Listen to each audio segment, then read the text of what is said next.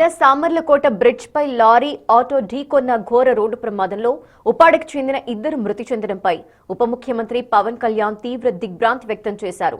ప్రమాదంలో దుర్మరణం పాలైన గంపల చిట్టెమ్మ, ఆటో డ్రైవర్ వెరిపల్లి ప్రేమ్ కుమార్ కుటుంబాలకు ఆయన సోషల్ మీడియా వేదికగా తన గాఢ సంతాపాన్ని ప్రకటించారు.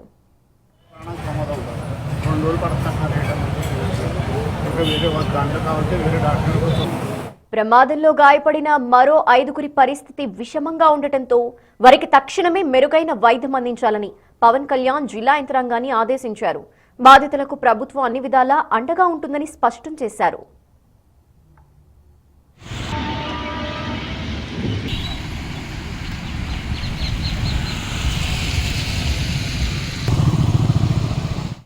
డిప్యూటీ సీఎం ఆదేశాల మేరకు పిఠాపురం జనసేన నేత డాక్టర్ జ్యోతుల శ్రీనివాస్ కాకినాడ ప్రభుత్వ ఆసుపత్రికి చేరుకుని క్షతగాత్రుల్ని పరామర్శించారు.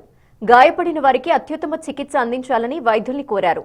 అలాగే మృతుల అంత్యక్రియల ఖర్చుల నిమిత్తం జనసేన పార్టీ తరపున ఒక కుటుంబానికి 20,000 చొప్పున ఆర్థిక సహాయాన్ని డాక్టర్ జ్యోతుల శ్రీనివాస్ బాధితులకు అందజేశారు.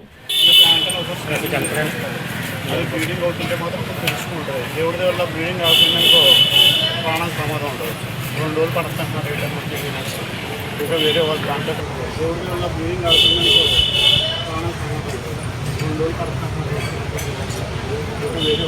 కావచ్చు వేరే డాక్టర్